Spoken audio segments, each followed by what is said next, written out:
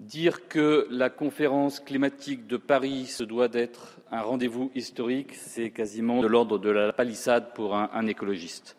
C'est la raison pour laquelle nous nous réjouissons que notre collègue, le président Jean-Paul Changuet, ait pris l'initiative de ce débat et de la résolution qui nous est soumise aujourd'hui et qui montre la volonté de l'Assemblée nationale d'être présente dans cette préparation de cette conférence. Nous nous réjouissons aussi, Madame la Ministre, de votre implication pour faire réussir cette conférence climatique depuis des mois, voire des années, faire en sorte qu'au niveau national, nos concitoyens soient sensibilisés, que l'ensemble des acteurs soient mobilisés. Réjouissons évidemment de l'implication extrêmement forte du Président de la République et du ministre des Affaires étrangères, Laurent Fabius, qui présidera la COP, pour que celle-ci soit un succès. Je crois que jamais dans l'histoire des conférences climatiques, il n'y avait eu une telle mobilisation par les organisateurs de la conférence pour que celle-ci soit un succès. Et je pense que ça doit être salué comme étant un élément qui, je l'espère, conduira à ce que cette conférence débouche sur un accord.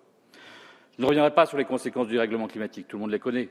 Et le fait même qu'on nous confirme que l'année 2015 sera probablement l'année la plus chaude qu'on ait jamais connue depuis qu'on mesure les températures et donc depuis que l'homme existe sur la Terre, cet élément-là vient confirmer la gravité du dérèglement climatique en cours et le nombre de phénomènes climatiques que nous connaissons aujourd'hui un peu partout à travers le monde est venu le confirmer. Malheureusement, le dérèglement climatique, ça n'est pas une affaire à 20 ans, 30 ans, 50 ans, c'est une affaire qui est déjà très quotidienne aujourd'hui et qui a des implications, y compris dans les conflits que nous pouvons connaître, dans les mouvements de réfugiés que nous pouvons connaître, qui sont en partie dus au dérèglement climatique. Alors nous savons aujourd'hui, au travers des engagements qui ont été pris par les États, que nous aurons probablement un accord à la conférence de Paris, mais que probablement cet accord ne sera pas suffisant pour respecter les 2 degrés de réchauffement climatique que les scientifiques du GIEC disent comme étant la limite, vraiment le plafond, et probablement même que ce plafond est déjà un peu trop élevé, et ce que notre collègue à propos des territoires d'outre-mer vient confirmer que probablement il faudrait même se limiter à 1,5 degré de réchauffement climatique. Donc, à partir du moment où nous savons que cet accord sera probablement insuffisant, l'essentiel est que nous puissions non seulement l'acter, mais faire en sorte qu'une dynamique puisse s'enclencher ensuite. C'est tout le mécanisme de révision sur lequel, aujourd'hui, beaucoup d'États se disent d'accord et qui doit absolument être acté dans le texte, de façon à ce qu'il n'y ait pas de clause que la clause prévoit plutôt une amélioration significative, systématique des engagements des États tous les 5 ans et que cette clause nous permette vraiment d'aller vers cette limitation à 2 degrés. Mais on le sait aussi, il y a d'autres conditions pour réussir l'accord. Première des conditions, c'est évidemment la question du financement. Tout le monde connaît l'engagement qui a été pris à 100 milliards de dollars par an d'engagement pour aider les pays du Sud, à la fois dans leur développement, dans un développement plus propre, mais aussi pour se protéger contre les conséquences du dérèglement climatique.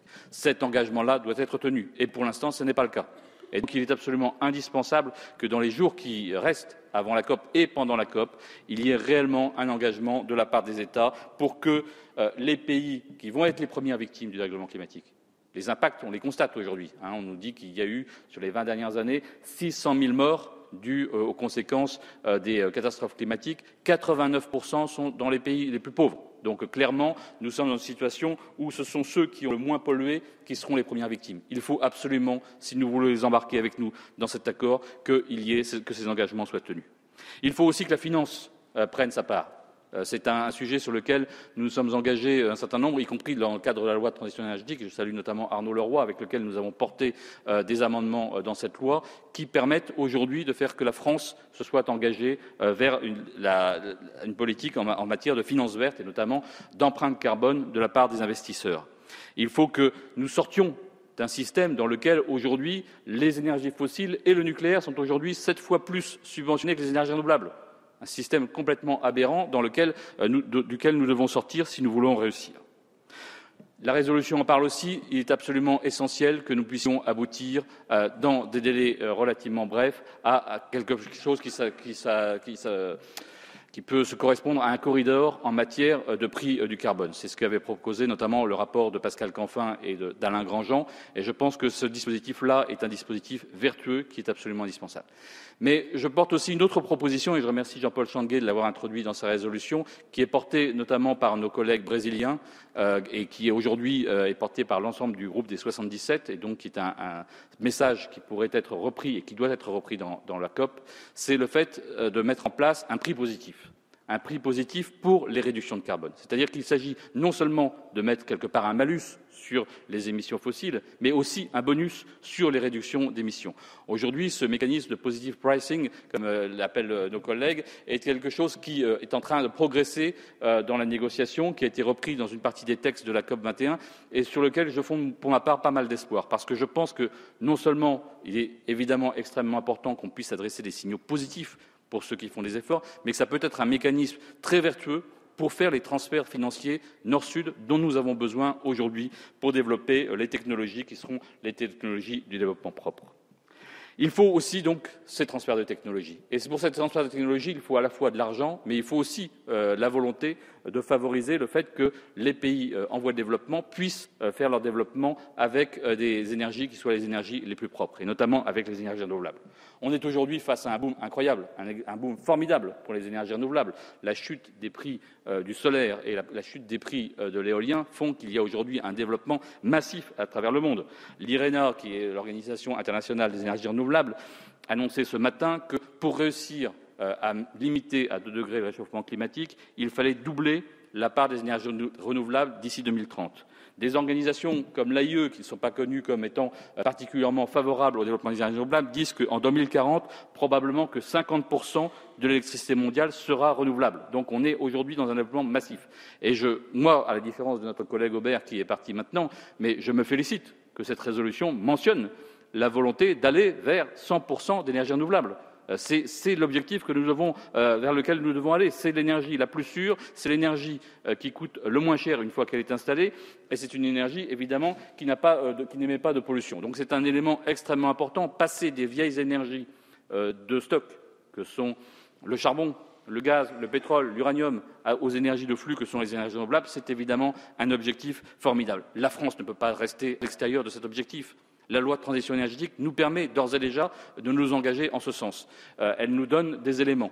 Il faut que la programmation pluriannuelle de l'énergie, sur laquelle nous discutons actuellement, Madame la Ministre, soit à la hauteur de cet objectif, et notamment, je me permets de le dire à cette occasion, sur l'éolien offshore, qui est aujourd'hui extrêmement développé en Grande-Bretagne, plus de 1000 éoliennes en Grande-Bretagne, extrêmement développé en Allemagne, et sur lequel notre pays est en retard. Et donc, ce retard n'est pas dû à ce gouvernement, il a été pris par le passé, mais nous devons aujourd'hui de saisir, à partir du moment où nous avons un domaine maritime aussi important que notre pays, nous devons de saisir cette opportunité.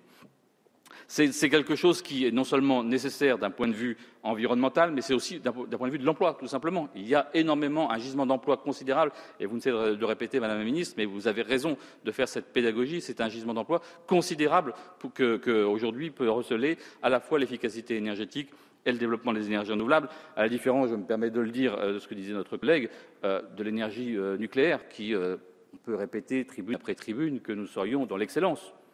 Mais qui va le croire aujourd'hui, quand on voit la situation de cette industrie? Je ne m'en réjouis pas pour les salariés, qui sont sans doute dans une situation d'inquiétude, mais il y a des moments où il faut savoir saisir les mutations qui sont en cours, et il faut qu'EDF et il faut qu'Areva soient aujourd'hui des moteurs de la transition énergétique pour passer aux énergies d'avenir. On peut regretter, quand on était fan du Minitel, que Internet ait gagné, mais c'est l'histoire, et c'est comme ça. Et donc, à partir du moment où Internet gagne, ou à partir du moment où les énergies renouvelables gagnent, l'intérêt de notre pays, ce n'est pas de rester bloqué sur les vieilles technologies, mais de passer sur les technologies d'avenir. Enfin, je voudrais aborder un autre sujet qui est porté par notre groupe, qui est la volonté, au constat que nous avons fait que parfois certaines des résolutions, parfois certaines des propositions que nous portons d'un point de vue législatif se heurtent à la Constitution française, de pouvoir faire de l'objectif de la défense du climat un objectif constitutionnel.